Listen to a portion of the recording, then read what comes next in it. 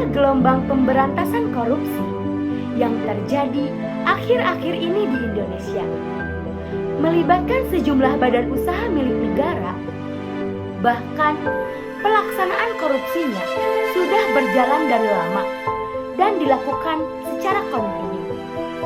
Menyikapi tren pemberantasan korupsi di Indonesia hari ini merupakan sebuah tren yang positif.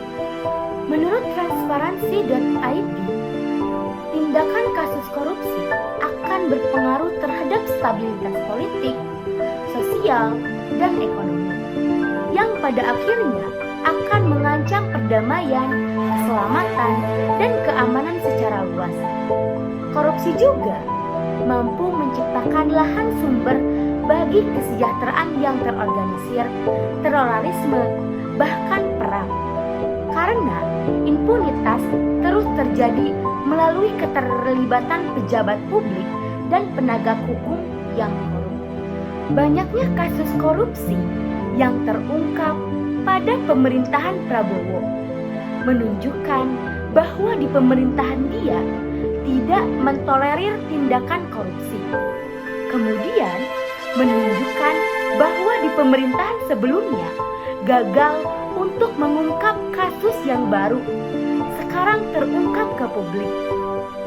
Bahkan yang lebih menghebohkan, besarnya kerugian yang ditimbulkan oleh tindakan korupsi di badan usaha milik negara, Pertamina, mencapai kerugian total sampai 1 kuadriliun.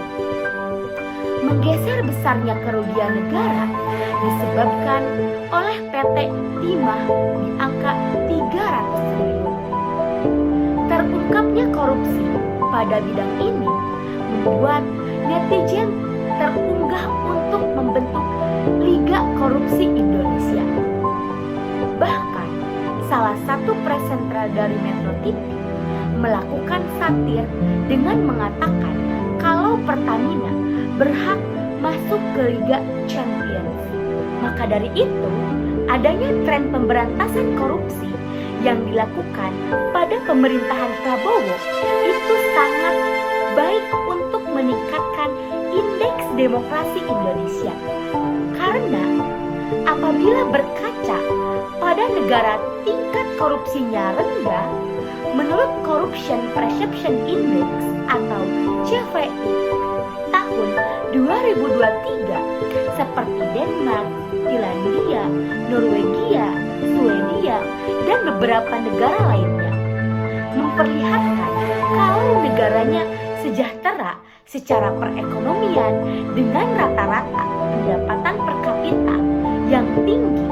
Bahkan negaranya merupakan negara paling bahagia menurut World Happiness Report 2020. Bahkan menurut Burhanuddin Muhtadi selaku Direktur Eksekutif Lembaga Survei Indikator mengatakan bahwa rendahnya angka kasus korupsi akan membuat pelaksanaan pemilu menjadi lebih bersih dan sehat.